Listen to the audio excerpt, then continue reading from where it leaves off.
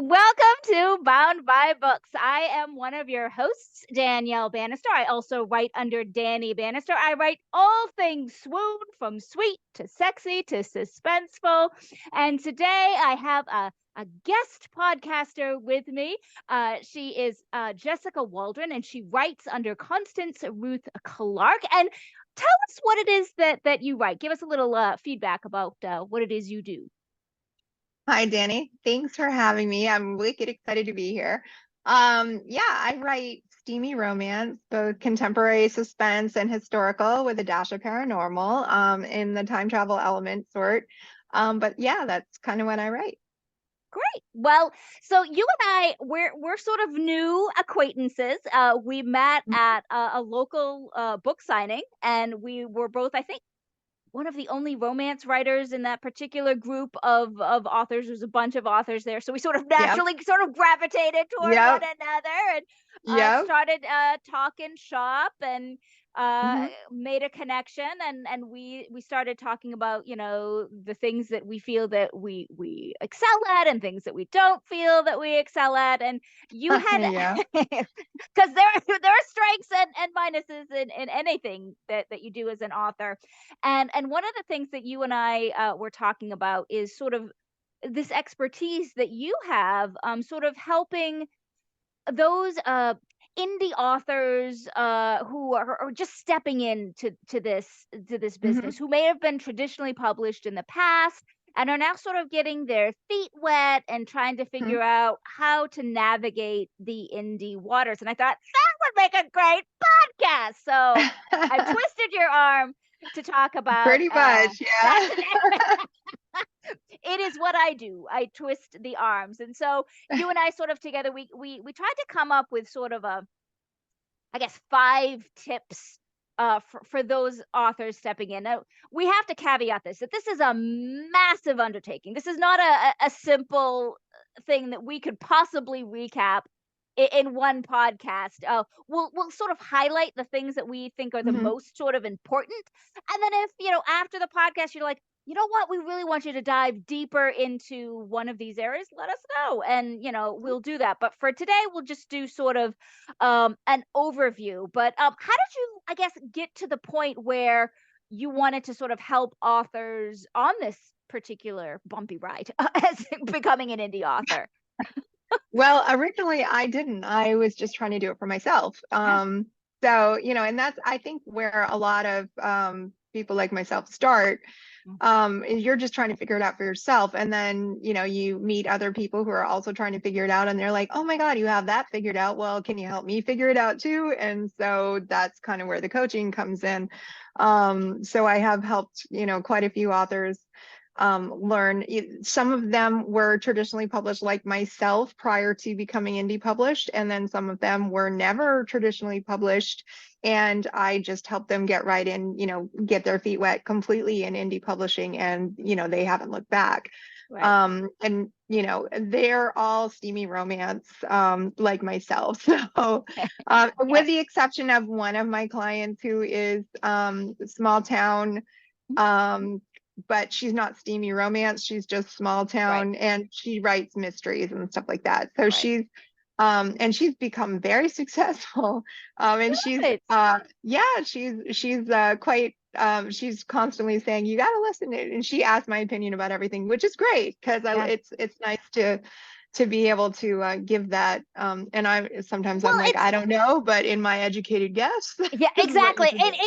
It's pretty much as universal, sort of the type of, I think, Mm, information, especially for today's podcast. It's not going to yes, matter what genre that you write in right, for these particular tips. These are pretty just kind of standard right. uh indie, if you're stepping onto the indie train for the hmm first time, or you're coming off a traditionally published, these are sort of what we sort of decided, and Yeah. we're no experts, we're just a couple of authors, and but what we have found was the most well, Beneficial, things to worked pay, for yeah, us.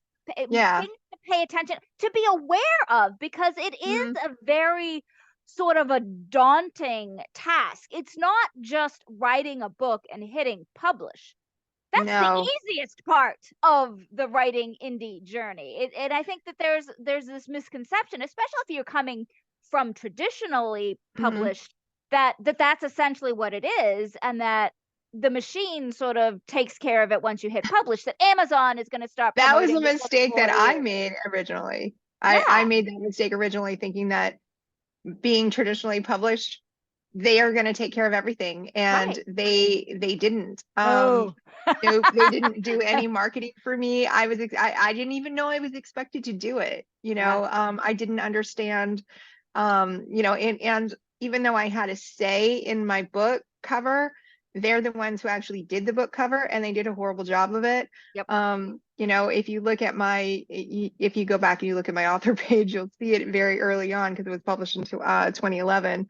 And I actually took it down when I reclaimed my rights, which you can do.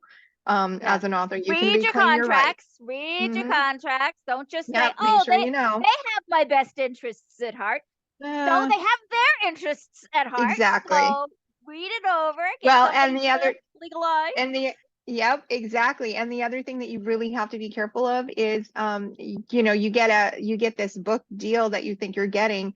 Read the contract and find out how much money you have to put up front. Because if you have to put one dime up front, it is not a That's a traditional vanity press. publisher. At that That's point, a it's a vanity vanity press. press. Yep. And Yeah, they are making money off of you. It's and not a they have publisher. their place. I mean, Yeah. if you hear all of the indie publishing things that need to be done, and you're like, you know what, if I pay somebody to do this, and you know what you're getting yourself into, and you're like, okay, so I'm going to pay somebody to do the cover, the editing, all of the stuff that needs to happen after I've written the book. I'll pay them to do all that, but I'll keep my creative rights, and I will Right. publish it myself.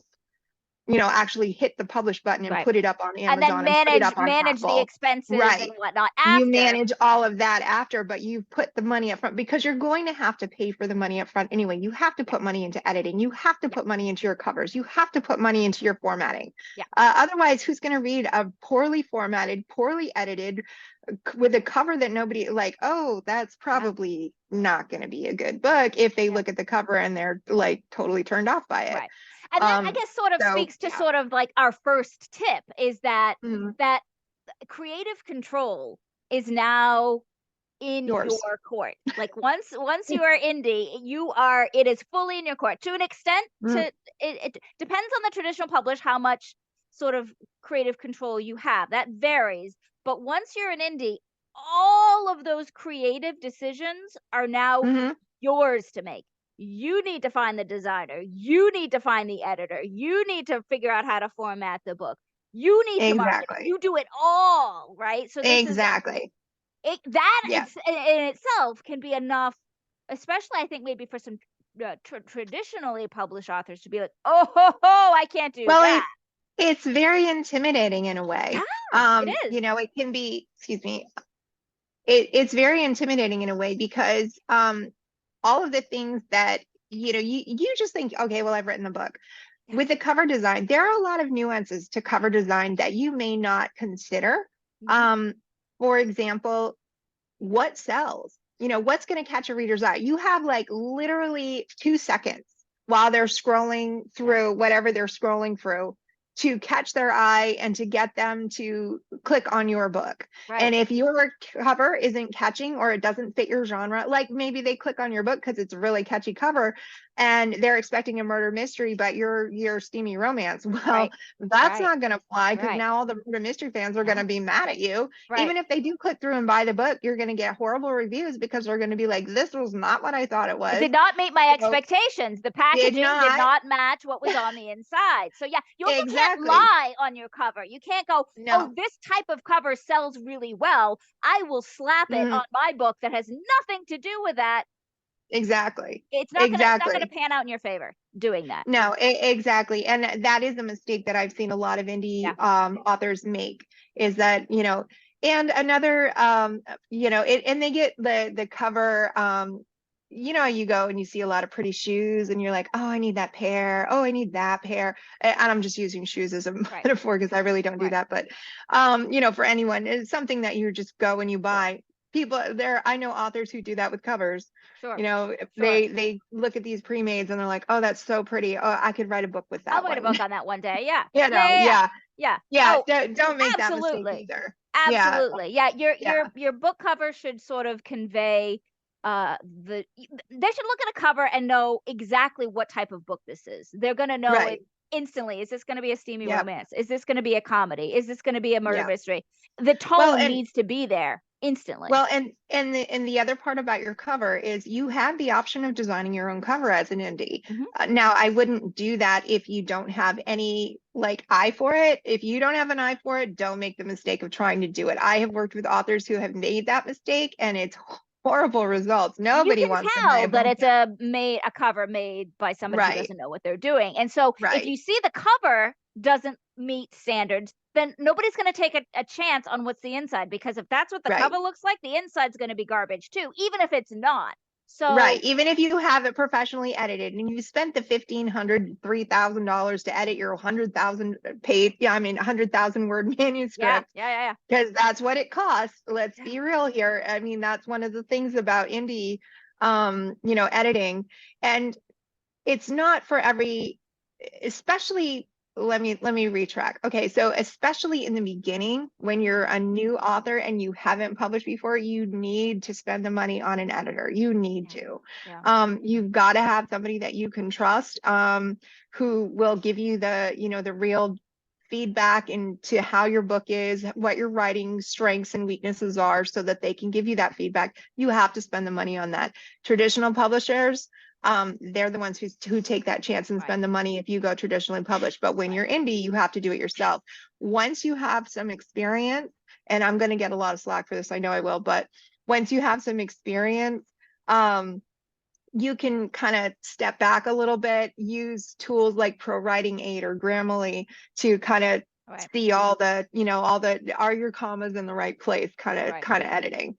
You still need to have some sort of a developmental editor, even if it's your beta readers who you really trust, who Right. know your series, and who's happy to do it for free just because they love your book so much. I Or in mean, exchange you for a know, signed paperback, or yeah, you can pay them, yeah, you can barter those types of yes, services with them, and oftentimes they're happy to do that. I have an ARC team that if yep, if yep, they read the book, I'm sending them a signed paperback. yep, yep, me too. It's Yep, a thank you for your service, yep. because I know that this is not, Yep. And you're it's taking time out.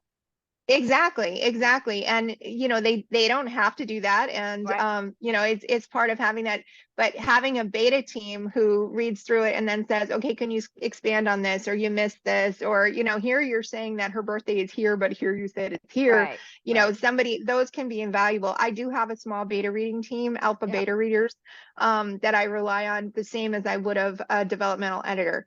And Right. they're considerably cheaper, but it took a lot of time to find them and Yep. to start to trust them and everything, because you don't want, and you can pay for that type of service as Sure. well, Sure. instead of You can pay paying for for a anything. developmental. You can. I There mean, are there are services out places there you for can find them. everything. Yeah, yeah, yeah. Right, right. I mean, there's money is There's king, big catch is big king. business in authorship, so you should be careful Yeah, of that too. There's a lot of exactly. fraudulent things going on out there, because they Yeah, know you that you're don't. desperate and you don't know what you're doing, and so they prey on Yeah, that. So no, be no, careful. you want to make sure that it's a legitimate, yeah, service. And Yeah, you don't want to, like, if they're scrolling you or trolling you, I guess is yeah, the word, in Facebook groups or whatever, like, hey, I'll beta read for you for, X amount of dollars. No, there's actual legitimate sites that you can go to, and they'll help you out with that. And then before we get too far down that rabbit hole, because that is another it's rabbit hole all that you rabbit can go holes. into. This is all a There's rabbit hole so many. conversation for sure. Yeah, yeah, Like, there's so much research that you have to do, but then there's also the formatting, which is all part of your creative control. yep. And when you're formatting your book, do you want the drop caps, those pretty drop caps in the beginning of your chapters? Do you want a little picture before your chapter? Do you want And it to just know say that the chapter little pictures one? are pretty, but they're going to affect your delivery rate. It's going to make that Yeah. means less royalty for you. The more pictures you have, the less Hmm. royalty you get. You also have to Yep. format a paperback differently than you Hmm. formatted ebooks. Or are you going to Yep. offer a paperback, or are Hmm. you just going to do ebooks? So Hmm. Yep. it's And a lot. because it's completely different, like, Yeah. they require PDFs. For Amazon, if you want your book in a paperback or hardcover, it has to be PDF. But if you're just offering it in ebook, you can just do it EPUB, and the EPUB style. And then where it and what kind of program do you use to do the formatting? Can you do it in Word? Certainly, you can do it in Microsoft Word. It gets a little tricky in Word. That's how I do it, but I've been doing it that way for years. Yep, So I know yep, what I'm doing because I've been doing it yep, for years. But you can right, pay somebody to do it. Formatting yep. shouldn't be too expensive. Shouldn't be. No, you shouldn't spend, I mean, it depends on how long your book is, let's face it, because Yeah, they do charge based on that. If you have a 300,000 right. tome, You're gonna pay a little bit like, more. Right, you're gonna right, pay right, some more. But if it's right. just, 80,000 words or whatever, a standard novel size, you're probably looking at $120 to have somebody format your book. I'm just talking real numbers there. I Right, mean, if it's right. much more than that, Now, mm, Amazon now has a sort of a formatting feature. well, they So did before with create create. space. Yeah, thank you. Create Create space. space. Yeah. They had that before, Yeah. and Draft to Digital as well, which is Yeah. another we Yeah. get Draft to into. Digital does it as well. Yeah. They, yep, you can do it for free using their, and they actually come out very nice, They do. surprisingly. They do. Yeah, Yeah. if The you the don't KDP know, one's a little trickier to navigate yeah, right now. yeah. But What yeah, and you what you can can do it. do There are too. workarounds Yeah, I for the mean, and formatting. if you wanted to do it completely for free, you can go into like Drop to Digital, use their free tool, upload it into your computer, and then download it onto Yep. Amazon, or Yep. wait, download it to your computer and upload Yeah. it onto Amazon. That I knew mixed what you up. meant. I knew what you meant. Yeah, yeah, yeah. Yeah. And do it that way, just to do it for free. But there's Atticus is one that you can use, which is a great Yeah. tool for formatting, and they have Yep. a lot of really cool features, and it's made specifically for indie authors. So Atticus is one. Yep. And the other is Judah, which I used. It see the big So let me preface this. A lot of indie publishers, they use Apple products. Yep. So Apple has its own, and now I can't remember off the top of my head, and you would have thought that I would have written this down. Something with a V, isn't it? Yes. Vellum. Vellum. Yes. Vellum. We got it at the Oh, same I time. can't So believe I Vellum. remembered that because I do not have a Mac. No, But you that's can buy a crazy. program for them if you own a Word. You can buy like that it will be compatible. You can. Right. Well, Yeah. and Judah, when I did my research, Judah was one of those compatible programs that was compatible to Vellum in a way. So if you didn't have a Mac, you needed a different way to format. Right. And since I wasn't going to spend the money on a Mac just Exactly. for formatting, Exactly. yeah, no, We're so starving authors here. We can't afford Macs. no, we're just trying to Right. do, with what I got. So Right. Right. so yeah, so I didn't want to, and Vellum is a few $100s in itself. Like, It it's is. not Yeah. cheap, Yeah. Right. Right. so you get the Mac for, whatever Nothing you're is. paying for that, and then you still have to Nothing put is. another few $100s into that. Yeah. So yeah, Judah was much easier. And I think Atticus is also very comparable to Vellum in many ways. Like, Yeah. you can just upload your Word document, and it will just plug in all the Do it. chapters, and it Plug has and play, everything. sort of. Like, it knows what to look for. And yes, of course you have to tweak it. Right. But it makes it easier in the end when you have to update your back matter, which you will be doing quite often as an indie author. Uh-huh. God, that's Yeah, so painful. Yeah. with the marketing, but it makes it much easier if you can just go to one place in your Right. Atticus or your Judah or whatever you're using, and you just go into that one place Right. and update your back matter. Or you can even have like a template that you create that you just have all your back matter in, and then you just plug that in every time you finish with a book, and you just plug that one template in, boom, you're done. You don't have Right. to redo it every time. So For that makes it a somebody little easier. who might be brand new to the writing, can you sort of explain quickly what you mean by back matter? Like, I know what you mean by back matter, but what if somebody was like, what the heck is back matter? What does that mean? Yeah. I don't know what that means. What like, what's a simple way that you would describe what back matter is? I would say that that's like your resume. in a way, all the books that you've written. Where to find you as an author, where to find your other books, where to go, like say this is the first How to book in sign the up for your series. newsletter. How to sign up for your newsletter, how to find out, how to follow on social media, how to buy the next book. How to find the next book was just what I was gonna say. So it's like all the things. Let's see. I have and I do stuff like this. Yep. Like so like there's a list of books. But I also have like an ad in my book. Now you're going, oh my God, she's no, it's seriously, we have to do this. We have to put all this stuff, and you do that in the ebook, you do that in the paperback. It's all of the but wait, there's more. I looked at you'll laugh, but I looked at Harlequin, right? And what they used to put in the back of their books. And I used to get, because I'm a reader too, they would have a picture of the book with a link. Now this is my paperback, so obviously there's not a link, but in the ebook there is, and it's a full color and link, and right there. So that's your back matter. You can also do front matter, very similar. I think in this book you can do both. You can you can. Back matter is more sort of common. This is an early book of mine, so you can see my front matter was you'll see that a lot in books, especially if they're a series. Is a Yep. All right, we got to move on to the next tip, or we're never going to get through this. All right, our second tip. I'm glad you're keeping track.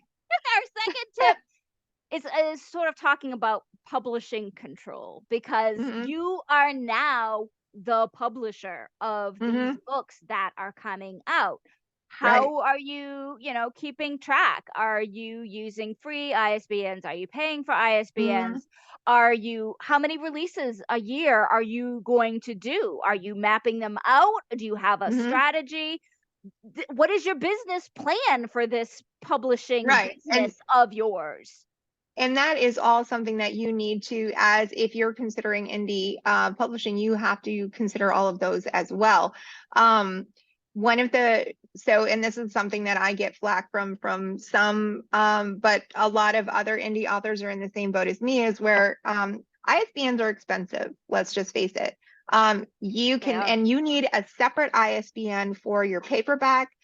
You need a separate ISBN for your hardcover. You need a separate ISBN for your ebook and for your audio. So all of those, and ISBNs, they're like a book social security number, for lack of a better phrase. So every element, every different format is a different entity. But it also will tell the booksellers, like Barnes and Noble or whomever, who actually published the book. Where is that book actually published from? And so if you have, like, I have Clark Publishing House LLC, and that's my publishing house that I created, and I incorporated and everything else, which I highly recommend you do as an indie. Anyway, that's a different conversation. Well, actually, that's still part of the publishing control. It's in publishing control. It's part of your control, because if you say, all of a sudden, out of the blue, your book takes off. Look at Colleen Hoover. Okay. She was indie published. All of a sudden her books took off. Okay. Now, if Colleen was writing under, and I have no idea, so please don't say that I have any insight to Colleen's business or her finances or anything like that, because I don't. I just know that now she's making millions. But when she first started, if she hadn't already set up the foundations of her business, where she has her own publishing house, and all of the funds that she makes or uses to spend towards advertising, or the money that she's making on her books, has to be funneled through that publishing house. Because if you do it through yourself, then that money, say you went from 0 to $1 million, in a year, all of a sudden the IRS is looking to you, honey. Right. Well, and that speaks to sort of tip number 2. It's now that financial control. So you're now in control of all of the money coming in and all of the money coming out. And the IRS is going to want to know what you're making and what you're spending. So you've got to make sure that you're keeping good financial records. Very good records. You've got to keep your receipts. Yes. And beyond that, I mean, there are simple spreadsheets that you can create while you're just getting started, before things really go too crazy, tracking the sales of each book, tracking the sales of and I track my sales both monthly, quarterly, daily. I track now. Right now, once you start getting to the point where you're selling a lot more daily, and because I was tracking each book every day, it gets a bit cumbersome when Yeah. you're doing that. So I tend to track overall daily sales, seeing if my ads, and I'm also tracking my ad spends for those days and where I'm spending. Like if you're putting in, say you're going in a group. You pay a paid promo that's only promoting for 1 or 2 days. You want to track, so the $50 that you spent on that, Is is it a that good investment? Right. Am I going to exactly, are spend you that again? seeing, Or is it, oh, that was a right, are you huge seeing the loss? same return, or Yeah. did you just spend, did you just flush your $50, Right. or did you flush the $50 and get back 25, Right. like Make it's, a note of that so that you know the next yeah, time you release, use them again, exactly, don't use them again. exactly, Yeah, yeah, if you don't keep track and of there are that, you're so just throwing many. good money after bad. Right. And there's so much research that you have to do towards that in your marketing. And the thing that you have to remember, it doesn't matter if you're traditional or indie published, you're the one in charge of your marketing. Yeah. Unless you're like, And Harry. that's our next Okay. tip, marketing control. You are a whiz at this, and this is transitioning. It's the Woo! marketing control. That's all you, Yeah. baby. Yeah. Yeah. It's all on you. You Yeah. are your own brand. And there are a lot of with that whole and there was the legal trouble that the I think it was Barnes and Noble, but the traditional publishers went through this huge upheaval where they had to reveal that it was a crapshoot for them too, just as much as it is for us. Like, what do they throw their money at? What's going to actually take off? They don't Well, actually know. well, So it's there basically are no surefire, like, do this exactly. and you will, because Nope, it is there's such an ebb and flow and it changes all the time. It's a exactly. fluctuating market. It's a big old gamble. You Yep, have to be prepared to have some money that you're just going to throw away to learning, to figuring out yep, stuff, to yep, yep. And that has to be part of your business plan. You have to yeah, write that into your business plan when you yeah, when you start figuring out, okay, so I'm going to do indie publishing. I know that that's what I'm going to do. So you create your own business plan. And I do recommend having at least a loose business plan. If you're like me, planning is a loose thing, because there's a lot of authors who like to pants things. Okay, let's all right, face it. So, but you can't pants everything, and you can't right, pants your business. You have to at least write down, okay, I expect this, I expect this, I expect this, and expect that you're going to need to put some money aside for marketing, yeah, and actually invest in yourself and invest in your books. Because if you don't invest in your books and you don't invest in yourself, then how can you yeah, boo-hoo about the fact that you didn't sell anything right. or that you're not getting anywhere? You have to make Just that because you hit investment. the publish button does not mean that No, the marketing is over. The game has just started. You've got to exactly. create the graphics. You got to create the ads. Exactly. You've got to Which put in brings work. me to, you want to invest in the pro of Canva. You don't want to Yeah. just use, I mean, you can start in the cheap, and Yep. you can start Learn in the how to use free, it. learn how to use it, Yep. but then you do want to invest in the, because your images, all your social media, and they will help you. Like, you can schedule out your social Yeah. media for yourself. You Yeah. can, you can hire somebody to Canva, help you do that, BookBrush, but PicMonkey, all of these yep, sort of all of platforms are those. all great sort of Yep. graphic makers that can And help the you with other templates. number Yep. And the other number one recommendation I would make for marketing for yourself is to have an author newsletter. You Yeah. definitely want to get started if you don't already have one. You need an author newsletter, because those fans you can take with, if Amazon shuts down, Facebook goes down, Facebook, which it's done Facebook before, decides, Facebook, or well, takes away whether or not your account because yeah, they do if that. they suspend your account for and that happened to me. Okay, it was very innocent. I had an ad up that was the man was on the bottom and the woman was on the top. They were fully clothed. They were doing anything, but the AIs, the Yep. The auto. AI bot said, That, "Oh, sexual yep, attack! No, nope, yes, nope, nope, exactly. nope. Oh, can't have that. Protect And the so children." yeah. Yeah. So even now on that account, on my Constance Ruth Clark account, I can't post any ads. They have to go through review every single time. And you know how frustrating that is. Yep. So Yep. frustrating. So Yeah. Don't put all your eggs in one basket. So a newsletter No. is like, you are in control of that. You are in Right. control of the content. I mean, Right. newsletter providers can switch. I mean, but you Well, have your list. The list of yeah. names of And emails the is list in yours. that list too, they're your fans. They're your Right. people who when you promote a book and when you have a new release, those are the ones who go out and immediately buy it because they're Right. waiting for it. They're like, Right. oh yeah, we're waiting for this. So Right. Right. that's your marketing. Um, Absolutely. yes. Absolutely. Which brings us to sort of our last point, which we have about 10 minutes left to record. So time control.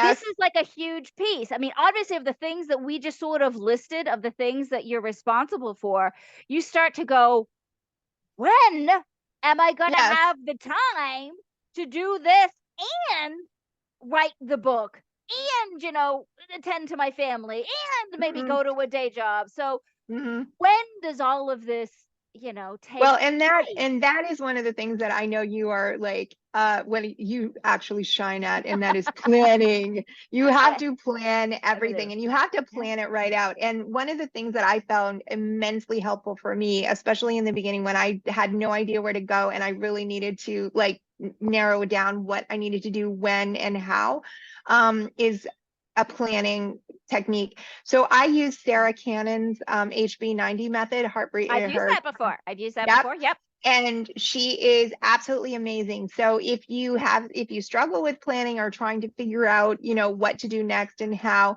she is another one who shines at that, but she's taken it all and she's put it into a class. And she has it once a quarter. I think the one for this quarter is already over, but the one for the next quarter will be coming up. And for those of you who are interested in doing something like that, I am an affiliate of that. So I do get a little kickback if you decide Yeah. that, you want to sign up for that. As a matter of fact, I think all of the services that I've mentioned, I am an affiliate for, because Hey, we gotta honestly, work every angle we can because it's well, hard and work being an author. if it works for me, I think that Yeah. it would work for someone else. Yeah. And And if all of you have the to things spend that you've money on it, mentioned, I have either used or know people who mhm, have used. So these are yep, sort of industry standards of the yeah, tools that we've mentioned. They're not, they've been around the no, block for a while. They're not, newbie sites. These are sort of exactly. the tried and true reliable Yes. sources that we've Yeah, and used. I mean, So Sarah also has, she has the HB90 planning method, but she also has a course that you can take, which is immensely, and this is what I took when I first mhm. started. She has this in-depth course called Publish and Thrive, which I will also make sure that you have a link to as well, which goes right into very deep Yeah. dive into how to become an indie Yeah. publisher and what you need to do and all of the things. Yeah, I courses like personally, that are invaluable, I think, when you're first yes. starting out because, Well, and I not mean, only, just talking about these tips, it's like, oh, it's so yeah. overwhelming. Where do you start? How do you know Oh where to yeah. begin? And so a course No, like this is, a good way to, oh yeah, yeah.